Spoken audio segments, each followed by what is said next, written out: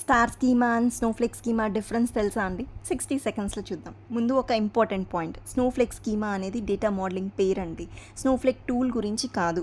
పేరు సేమ్గా ఉన్న different concepts ఇవి. స్టార్ స్కీమాలో డైమెన్షన్ టేబుల్స్ డైరెక్ట్గా ఫ్యాక్ట్ టేబుల్కి కనెక్ట్ అవుతాయి.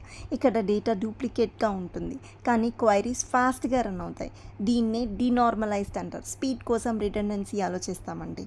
స్టార్లా కనిపిస్తుంది, అందుకే స్టార్ స్కీమా అంటాము. When it comes to snowflake schema, dimension table ఫర్దర్గా సబ్ టేబుల్గా స్ప్లిట్ అవుతుంది. ఎగ్జాంపుల్, ఇక్కడ product dimension table category sub టేబుల్గా డివైడ్ అయిందండి. ఇక్కడ డూప్లికేట్ డేటా ఉండదు, ప్రతి డేటా ఒక చోట ఉంటుంది. దీన్నే నార్మలైజ్డ్ అంటారు.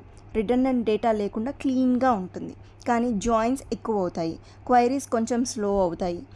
ఇది స్నోఫ్లేక్లా కనిపిస్తుంది, అందుకే స్నోఫ్లేక్ స్కీమా అంటారు. రియల్ ప్రాజెక్ట్స్లో స్టార్ స్కీమా ఎక్కువ వాడతారండి. ఎందుకు అంటే క్వైరీస్ ఫాస్ట్గా రన్ అవ్వాలి కాబట్టి. మీకు ఇది యూస్ఫుల్గా అనిపించిందా? కామెంట్లో చెప్పండి. ఫాలో చేయండి మీ తెలుగు లేఖ హౌస్ని.